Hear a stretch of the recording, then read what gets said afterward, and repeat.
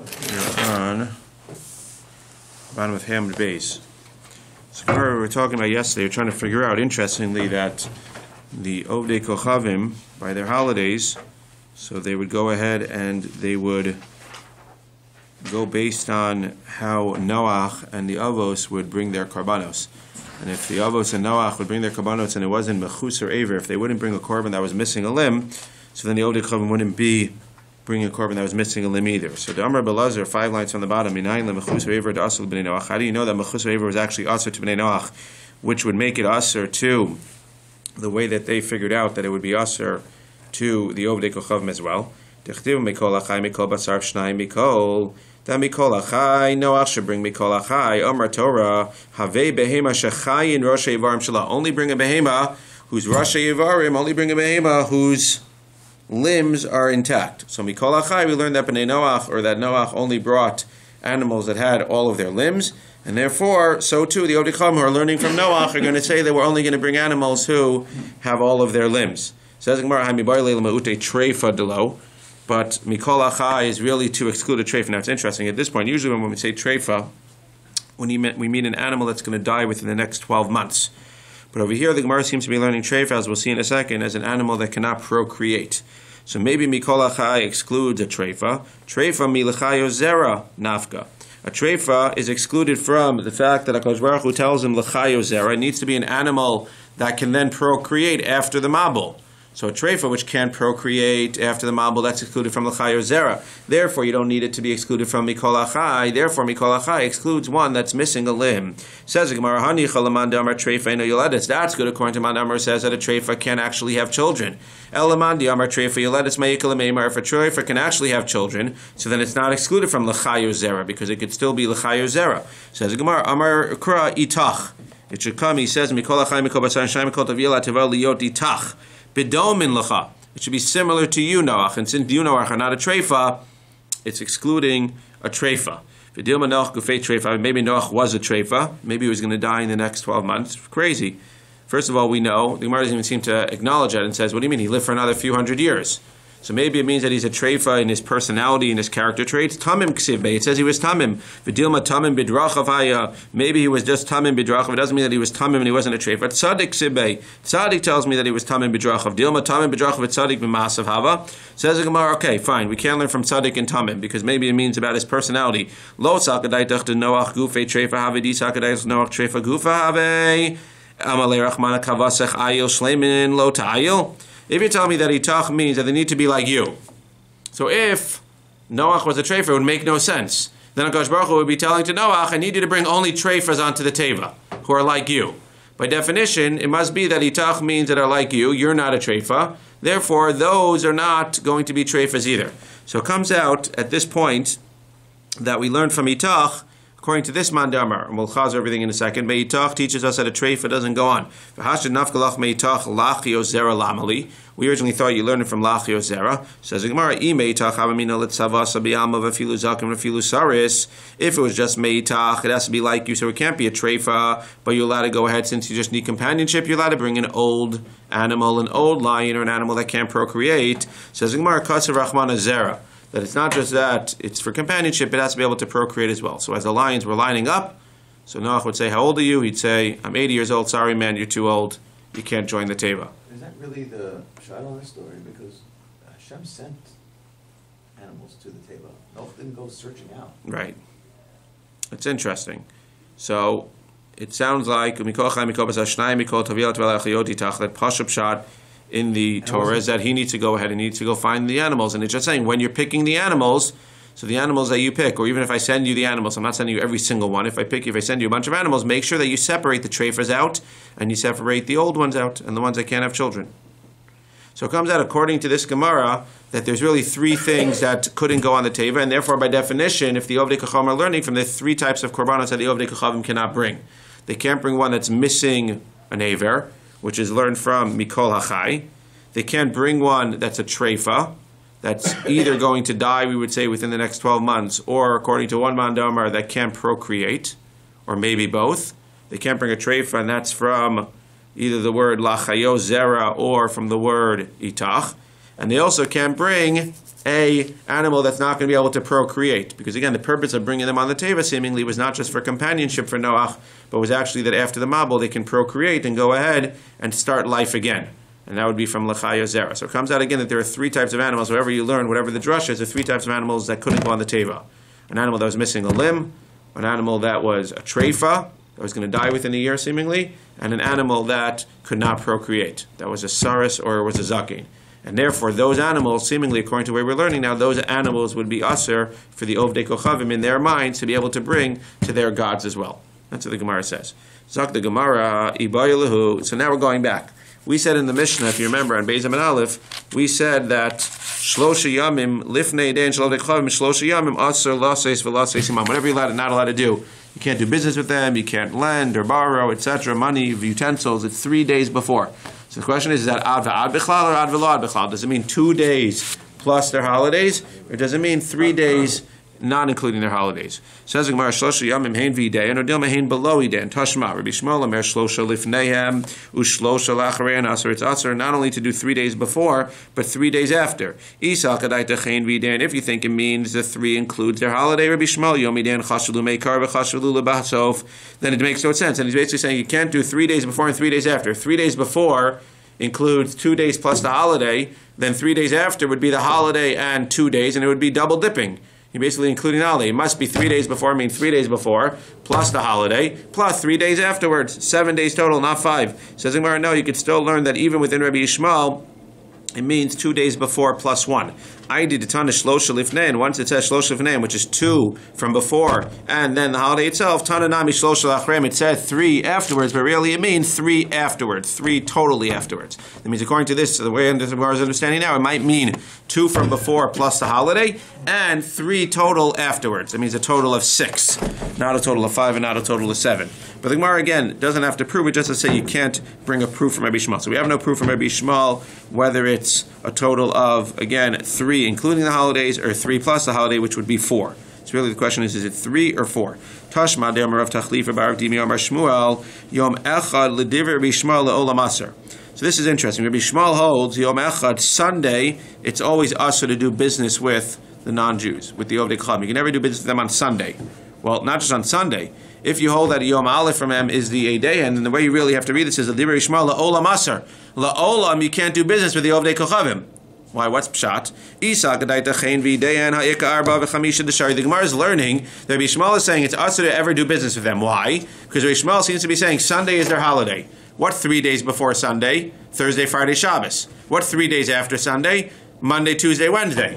So it's a whole week. You can't do business with them because every single day is either 3 days before or 3 days after. So therefore, the fact that he says La'olam Aser, it must mean what? It must mean that when we count the 3 days, it means 3 days not including the holiday. 3 days before would be Thursday, Friday, Shabbos. 3 days after would be Monday, Tuesday, Wednesday. And that's why he says La'olam Aser.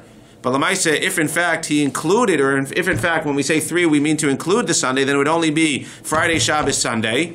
Sunday, Monday, Tuesday, and therefore you can do business with them on Wednesday and Thursday. The fact that he says you can't do business with them on Wednesday and Thursday shows that when we say Shlosha, we mean 3 before and 3 after, and that's why within his opinion that Sunday is a holiday, you can never do business with them. Lucky for us, they don't have Yom Tov Sheni Shogal. Yes. Aliba de Rabbi Yishmael lo kamibaya liba dehain below idain. You're right. According to Rabbi Shmuel, nothing to talk about. He's clearly of the opinion, as you see, that you can never do business with them. He's clearly of the opinion that when we say 3 in our Mishnah, it means 3 not including the holidays. What we're asking is, Kikami ba'ilan aliba de Rabbanan mai. According to the Rabbanan, the other opinion, then we say, again, neither one of them is in our Mishnah, but according to the Rabbanan in general, what do we hold? Rabbanan are in our Mishnah, but according to the Rabbanan, according to the other mainstream opinion, when we say 3 days, you can't do business with them, does that include the holiday, does not include the holiday or not? We don't know. But within Rabbi Shmuel, you're right for sure, it does not include the holiday, and it's 3 plus the holiday. Amar Ravina Tashma, the Elu Heinidan Shel Ovdei Kochavim. These are some of the Idayan of the Ovdei Kochavim. Kalanda, Saturnia, Vikartasim. Saturnia is like Saturn. Kalanda is, I guess, based on calendar.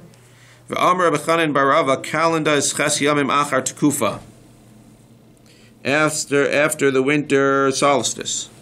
So you have 8 days afterwards, after the Tekufa. You have 8 days before the Tekufa. Statruna Shmona Yamim Lifnei Tekufa. V'simancha Achor V'kedeb Sartani. Again, the Achor is first. Kalanda is Achar, and Saturnia is before. V'isal Kadaitach Ein V'idehen. if you assume that the 8 includes them and its festivals, then what? Sagadech hein v'idehen. Then it would be what? Asara havu.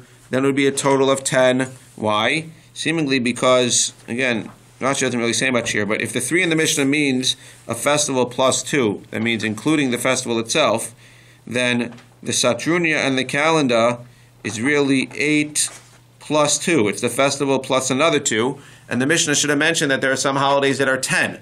The fact that it mentions that there are only holidays that are 3 seems to be ignoring these holidays. So what's pshat? So the Gemara says it must be what? Tana kule kalenda chad yoma hu chashiv lei. It must be that calendar, the 8 days, or the Satrunya, which are 8 days, are really included as one holiday. It's like saying Pesach is one day. It's one holiday. It's one long day. Or the equivalent that we would say Rosh Hashanah is Yom Arichta, one long day. And therefore, we can explain our Mishnah. You wanted to bring a proof from here that what? That it must be Hein V'ideyen. You wanted to learn that it's including, it's 3 including. Says the Gemara, well, if the Gemara is saying, if you thought it was Hein V'ideyen, it should have been 10. No, it could be Hein V'ideyen. And when it says 3 in our Mishnah, it might mean the holiday, which is 1, plus the 2. Plus the 2 days beforehand. Therefore, again, we have no proof. I don't want to get too far into this, but Lamaisa, there's a lot of discussion about what exactly this 10 days is. But the point is that if it was 10 days, it would really be in our Mishnah listed as 8 days or 10 days, etc. The fact that our Mishnah only lists 3 seems to be saying, or one can argue, seems to be saying that it would be 3 days always, and this holiday of 8 days, doesn't matter that it's 8 days, it's really 1 day, and therefore one can learn that our Mishnah is 3 days total. The holiday plus 2. It don't have to say that it's 3 days before the holiday. Says the Gemara, we still have no proof. Rather, what? We have a proof. Amar Vashi, Toshma, Lifnei Idein Shel Ovdei Kochavim Shlosha Yamin. That's pretty clear.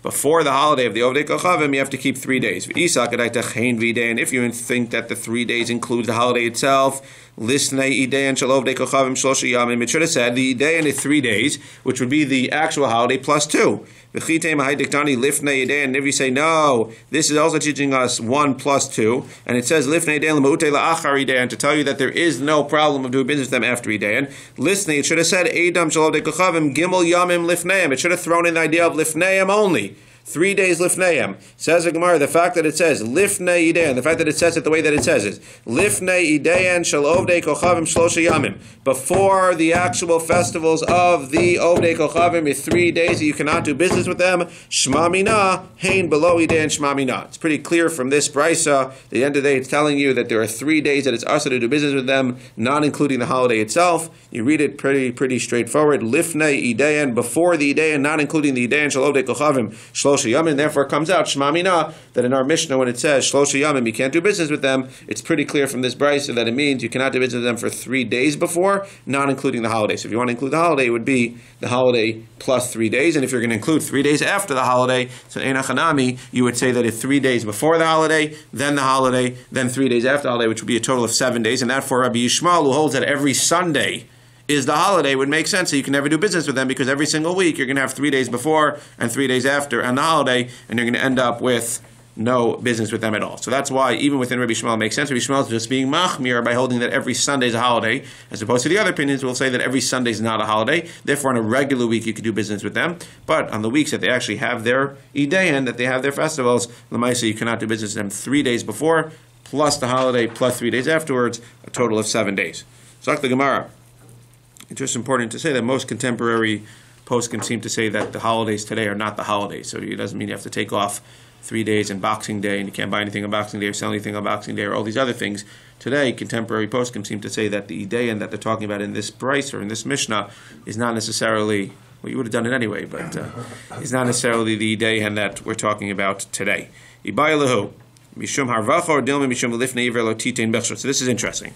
So we said, if you remember yesterday, we said that the reason you can't do business with them 3 days before is because they start to buy korbanos 3 days before their holiday, and we're afraid that if you sell them a korban, then you're going to go ahead and they're going to use your korban to shecht on their holiday. But it seemed from the Mishnah that the reason was not because you're going to sell them a korban. The reason was that if you do business with them within 3 days, then what's going to happen? They're going to make money, and then they're going to be thankful to their gods on the holidays that they were able to make money. So which one is it? Are we worried that they're going to make money and they're going to be thankful to the gods, or are we worried that you're actually going to sell them an animal? Says the Gemara, Which one is it? Harvacha, that you're going to make money and they're going to be thankful, or lifnei iver, by giving them the animal, you're literally putting a stumbling block in front of them to be able to go ahead and use it. Who cares? If already has a behema, for the korban, then it makes an afkamina.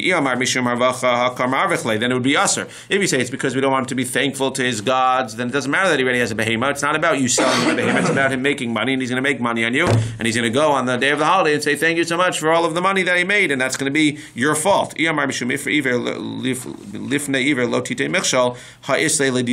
already has an animal, then there is no lifnei iver if you sell him another animal. As Rashi says, even if he ends up using your animal, he would have had another animal to use anyway, and he would have done it anyway. So the fact that you go ahead and give it to him is not going to be a problem. There's a whole discussion in the sugya over here of lifnei iver. If he would have done it anyway, and you give him a terah, so he would have eaten non-kosher anyway, and you give him a non-kosher chocolate bar, is that okay? The Gemara seems to be saying that if he would have done it anyway, even without you, then you're participating and it's not going to be a problem. Again, the Rishonim talk about this a lot.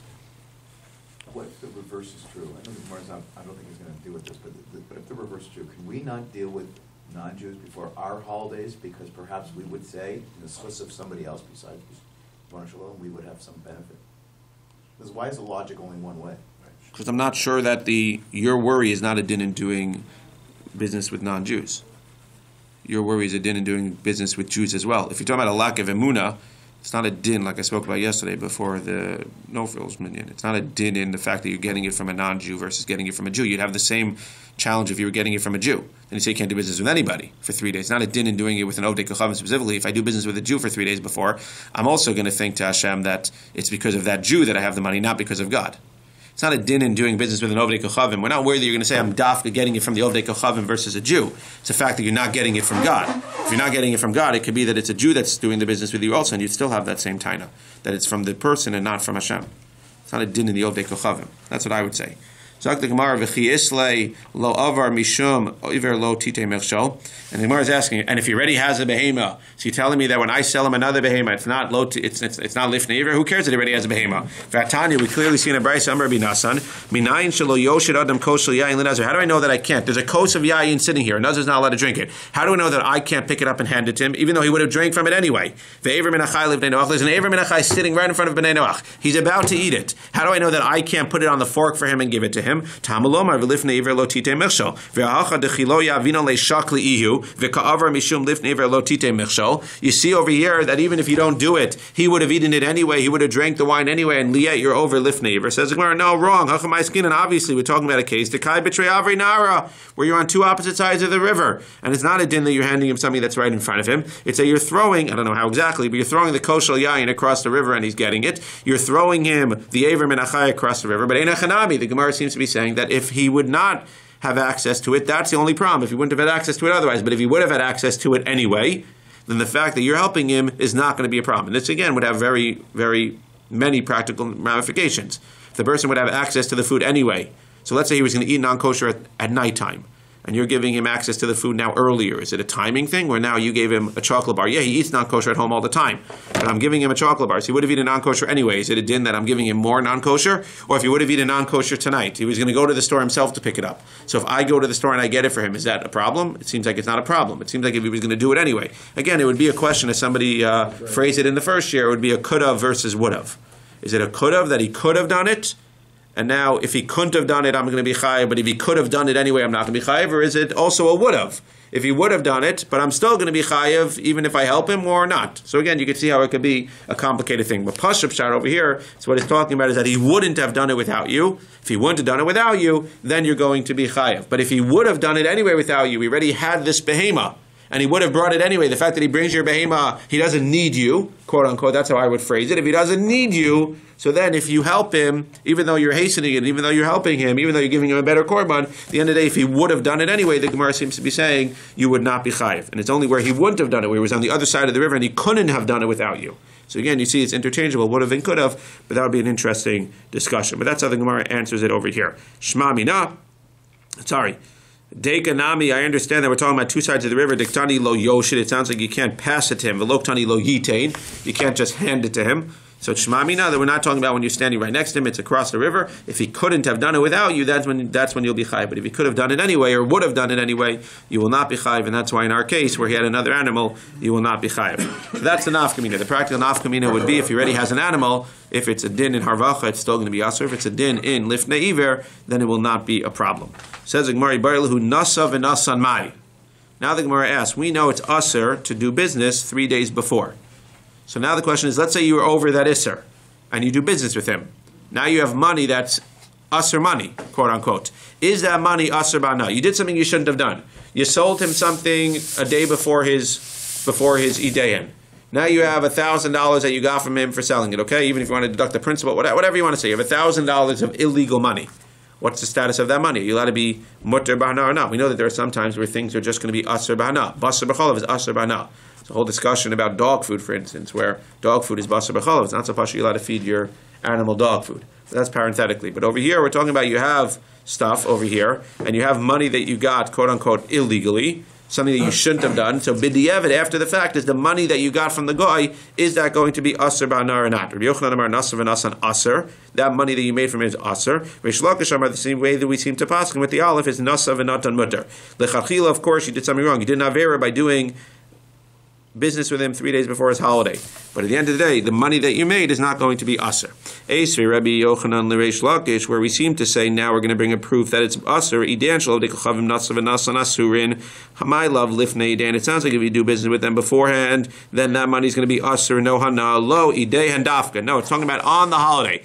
If you do business with them on the holiday itself, then that money will be asr b'hana. That's going to be, seems like a knas, a punishment. But if it's not on the holiday itself, and it's 3 days before, even though you weren't supposed to do business with them, that money will not be asr. Ikad amri esri Rav Reish Lakish l'Rabbi Yochanan. The other way, Rabbi Yochanan, who says nasav v'natan is asr, it seems like it's really mutter. Why? Idayan shalov dechavim nasav v'natan asr, idayan in. One can argue and use the same price and make a diak the other way. Only on their holidays, lifnei idayan lo. Before the holidays, not. Says the Gemara, Tana aidi v'aidi idayan karilei. No, one can argue that even before the holidays, it's considered to be idayan, and one can argue that it means it's asr, even if you did it before the holidays, it would still be asr. So this price has no proof for either way, because you can learn this price both ways. Tani kavasi de Reish Lakish, the Gemara does bring Tani kavasi de Reish Lakish, which is how we paskin. Again, seemingly that's why we have the Tani kavasi, which we're not going to reject. Nasav and natan mutter. If you do business with them after the fact, the money's not asr b'hana. Kisha amru asr la seis v'la seis imoem lo asr ela b'davar miskayim v'davar sheina miskayim lo. We'll get to that in a second. V'afilu b'davar miskayim nasav and natan mutter. That's our proof that even by a davar miskayim, if you do business with them, which you're not allowed to do after the fact, it's going to be mutter.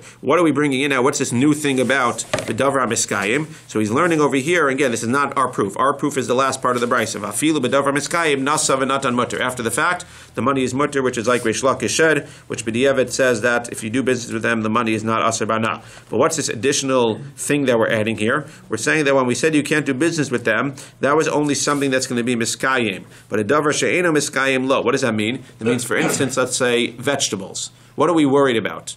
We're not worried about that they're just going to take the money. I always thought we're worried that what they're going to be thankful for the money. The Gemara seems to be clarifying here that if you're dealing with something, maybe in terms of you buying something from them, maybe when you buy something from them, it's not clear, but it sounds like maybe when you buy something from them, they'll be thankful, and therefore it doesn't matter what you bought from them. If you bought davar sheina miskayim, davar miskayim, they're thankful for the money, and they're going to thank their gods. But what happens when you sell them something?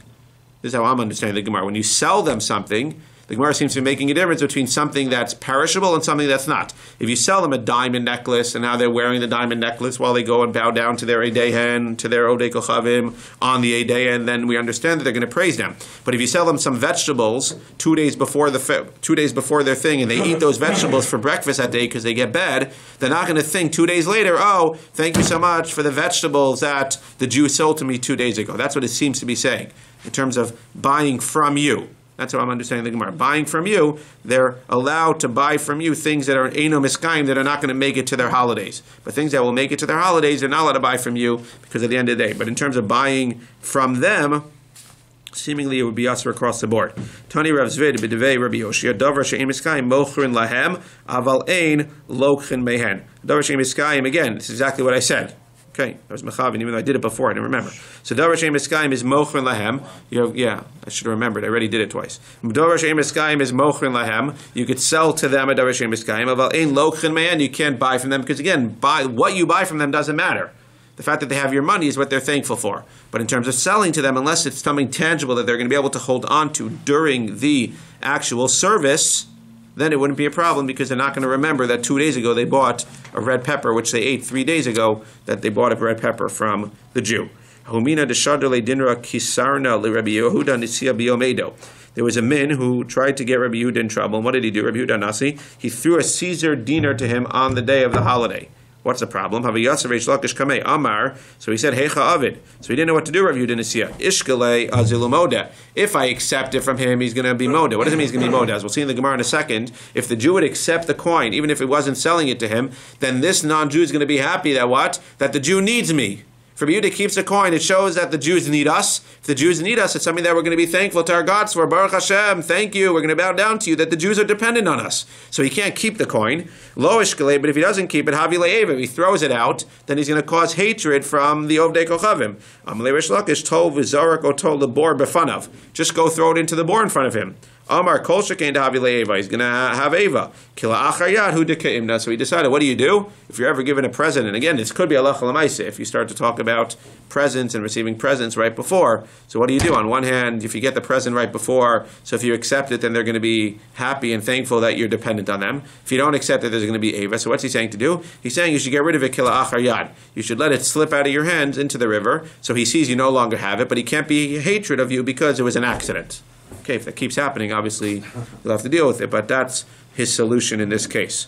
So we know over here, and we're going to see that there's different things you can't do with them. Besides for business, you can't lend them or borrow objects. You can't loan them or take a loan from them of money.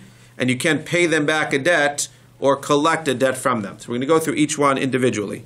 Lahashilan uleshol mehen. What's the problem? Bishlama lahashian. And we're all going within the Manda Amar now that has nothing to do with korbanos. We're going in the Manda Amar that they're going to be thankful for making money from the Jew, or thankful for paying back, as we'll see. Lahashilan bishlama lahashilan dekamar v'chlahu. It's obvious that you can't lend them anything right before their holiday because they're going to be happy that you're giving them something and they're going to be thankful for getting something. What's wrong with borrowing from them? When you borrow from them at the end of the day, they have something less. What are they being thankful for? Rabbi Chananel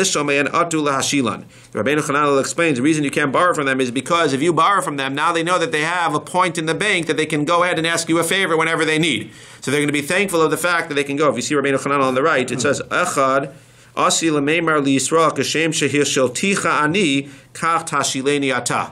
Rabbi Chananel says that what's the reason that you can't go ahead and borrow from them? Not because, yes, they're losing something now, but they're also putting money in the bank, quote unquote. They know that they have a favor in the bank now from you, and therefore they're going to be happy to lend you something, and they're going to be grateful to lend you something because now they know that they have a favor that they can ask the Jew at any time. That's one reason that you can't borrow from them, even though you're making them lose something now. Rav Amar, kula mishum da'azil umodehu. That even when you borrow from them, they're going to be modeh. And again, like I said, because they're going to realize that you're dependent on them, and therefore not even that they're going to have a favor in the bank, but that you're dependent on them and they're happy and they're thankful to their gods that you're dependent on them and you have to borrow stuff from them. Zok the Gemara, lahavasam v'lilvos mehem. You can't do loans with them. Bishlama lahavasam. You can't lend them money. Mishum dekarmar v'chlahu. You can't lend them because then they're going to have more money. What's wrong with lending from them or borrowing from them? They have less money now. Again, if you borrow from them, then they know that you have a favor that you owe them. Again, Rava seems to be saying not in a favor, but Rava is saying that if you borrow from them, so in a chanami, they're happy that you're dependent on them. Leporan v'lifro mehen, bishlama leporan, you can't pay them back, mishum dekam arvachlu. You can't pay back a debt that you have to them because they're happy that they got back the money. El lifro men miute mimayid lehu, what's wrong with collecting on money that they owe you, i.e. money that they bought something from you and now you want to collect the debt? Amar bai gezera lifro mehen atu liporan. You don't want to collect the debt. Now this one is a little bit of a different reason because here there's no matter of a favor. This seems to mamish be a gezerah leframe and not to lefarn because you can't go ahead and pay them. You can't pay them back. So we're not going to let you collect from them either. That's a gzera that you might come to go ahead and pay them back. Rav Amar, no. Kula mishum da azil umodehu. What's the azil umodehu? Why are they happy? What are they being modeh for when they pay you back? What are they being modeh for? In the other cases, what are they being modeh for? That you're dependent on them. What are they being modeh for when they pay you back money that they owe you? What's that? That they're debt-free. Everybody likes to be debt-free. That last tuition bill. Yes, you're hard to pay the bill, but when you're done with it, you look at it and you go, I'm debt-free. Probably not. But okay, seemingly, I'm debt-free. Once I'm debt-free, so even to collect from them would be asa because they're happy that they're debt-free. Says the Gemara, utzrichi. And why do we need all of these? And the Gemara is going to say that each one has a chiddush that you wouldn't have been able to learn from the other. Di'itana los seis v'los seis iman. If you just say that you can't do business with them, mishum dekam marvech luva azil lamod. It's just going to pick one side of each. So you can't do business with them because if you buy something from them, then they're going to make money from you, and then they're going to be happy. But to borrow from them, but to borrow from them, you might think is okay, because again, at the end of the day, to borrow from them, you're making them lose something. We said before, Kamash Malan, you can't borrow from them, because again, they're going to be happy that you owe them a favor, or because they're going to be happy that you're dependent on them. If you say that you can't borrow from them, then I would know borrowing from them you can't do. But to borrow from them, maybe to borrow from them there's a chiddush. Maybe borrowing, I would say, is okay, because when you borrow from them, yes, they're happy that you're dependent on them, but they're also worried that you're not going to pay them back. So maybe they're not going to be modeh since they're worried you might not pay them back. So the Gemara says no, kamash malan. The Gemara taught us that no, that the worry of you not paying them back is still not as great as the gishmak that they get from the fact that you need them, or the gishmak that they get from the fact that you're going to owe them a favor. And therefore, the Gemara said over there, you can't even go ahead and borrow from them. Vitana lilvos mehen. If you say that borrowing from them is going to be a problem, mishum dekamar bal korche mifrana is mishum mifrana v'ashramiya azil umoda.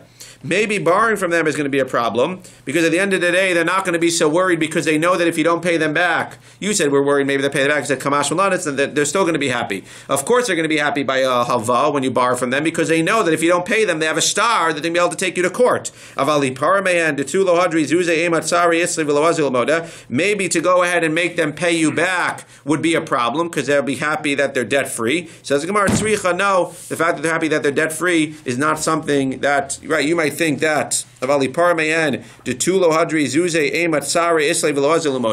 might think that when they go ahead and they pay you back, they're just going to be upset that they don't have the money. Tzricha, you need that to tell me no. Even in that case, there's a reason that you're not allowed to do it, because they're going to be modeh. They're going to be happy that they're debt free, and therefore lamaisa, each case has something that it's adding to the next, and that's why every single one of those cases is going to be aser. So let's do a little bit more. Rabbi Yehuda Amar nifroin mehen. So Rabbi Yehuda argued and said in the Mishnah that even though you can't go ahead and pay them, which I understand because you're paying them back, you're allowed to collect money from them. And we're not worried when you collect money from them, we're not worried that they're happy that they're debt-free. And at the end of the day, if we're not worried that they're debt-free, then there's nothing to be worried about of them being modeh and thanking their gods for. That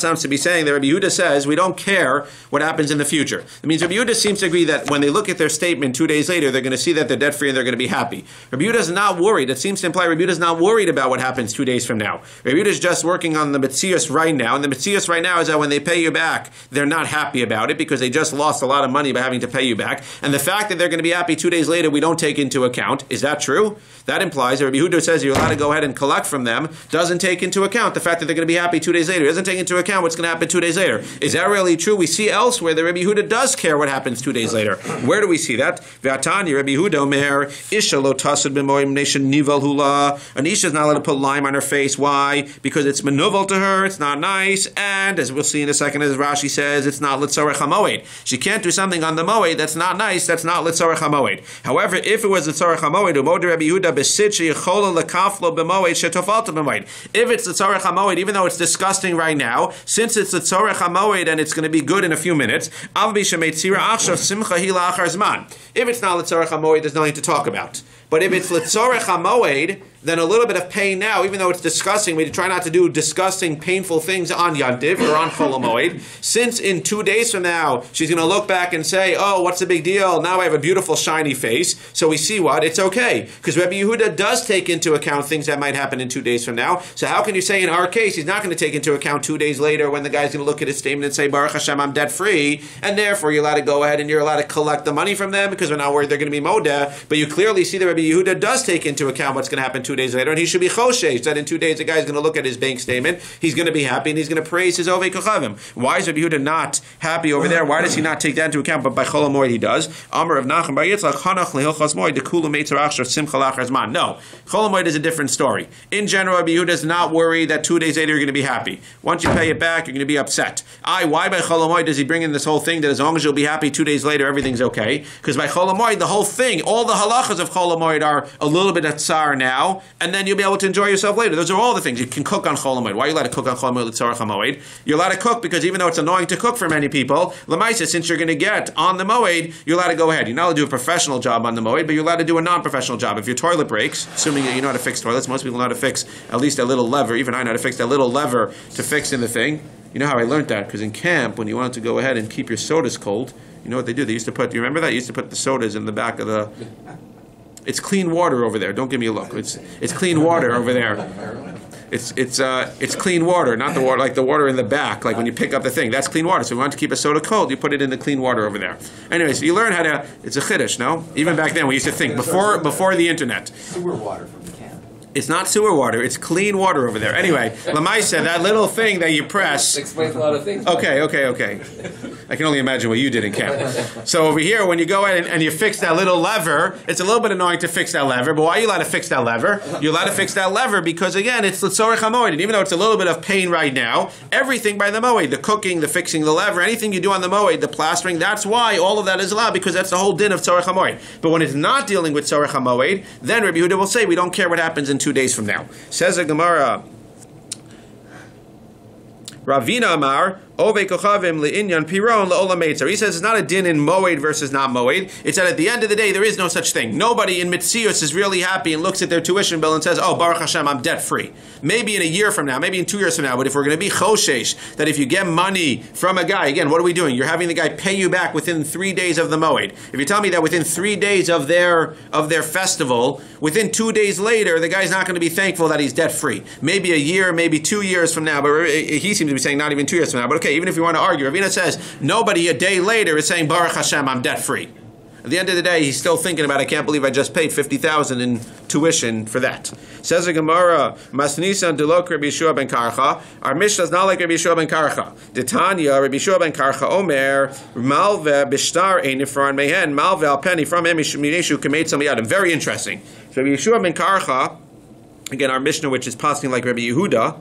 Our Mishnah is not like Rabbi Yeshua ben Karcha. Why? Because Rabbi Yehuda says you're allowed to go ahead and you're allowed to collect from them because we're not worried that they're going to say we're debt free. Rabbi Yeshua ben Karcha mer mal v'bishtar ein nifrai mehen. A mal v'bishtar you cannot go ahead and collect from them because again we're worried that they are going to be happy that they paid you back. We are choshish that they're going to give thanks for being debt free. He does add an interesting point which is very interesting. Mal v'al penny from man b'meishu kametzim liyadam.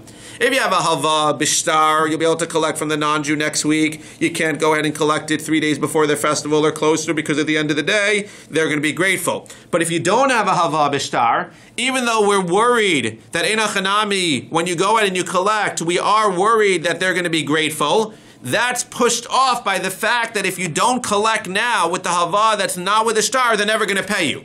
So if you have an opportunity to get paid for something that you would not be able to get paid for after the Chol Moed because you don't have a star, and they're willing to give you the money because they know lahachis that you're not supposed to take the money right before the festival. If they're willing to pay you back the day before the festival, or they want to close up their books before the end of the year, like in contemporary times. So you might say, well, I can't take that money. Says the Gemara, even though you're right, we're choshesh that they might be thankful to their gods, we're going to push off that chashash for the fact that if you don't take the money now, you may never see it because at the end of the day, you don't have anything bishtar. If you have bishtar and you can collect later, for sure you can't go ahead and collect from them. But if it's not bishtar, you can collect and we'll push off the chashash. That's what he seems to be saying. But again, when we say that it's not like our Mishnah, it seems to be the first part, because in our Mishnah, according to Rabbi Yehuda, Malve Bishtar would be able to be Porah Mehen.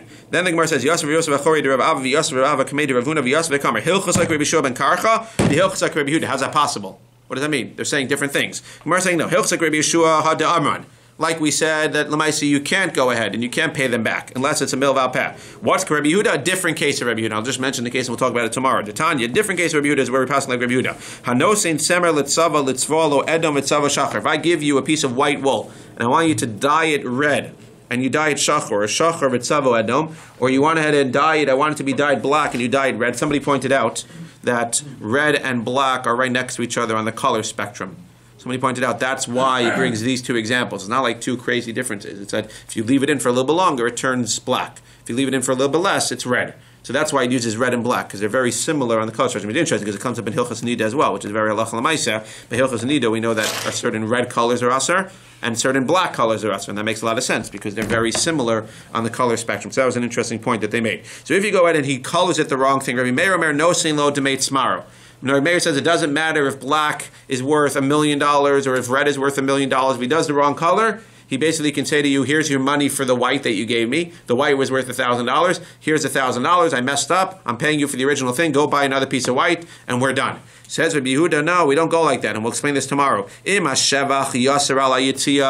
it depends. If he goes ahead, it depends how much he spends. Let's say he spends, you give him a piece of white wool, he spends $1,000 to go ahead and do whatever he does, to dye it. Now it's worth $5,000. Because when it's red wool, he did the wrong one. You wanted black, he did red. But red wool is worth $5,000. So what happens? In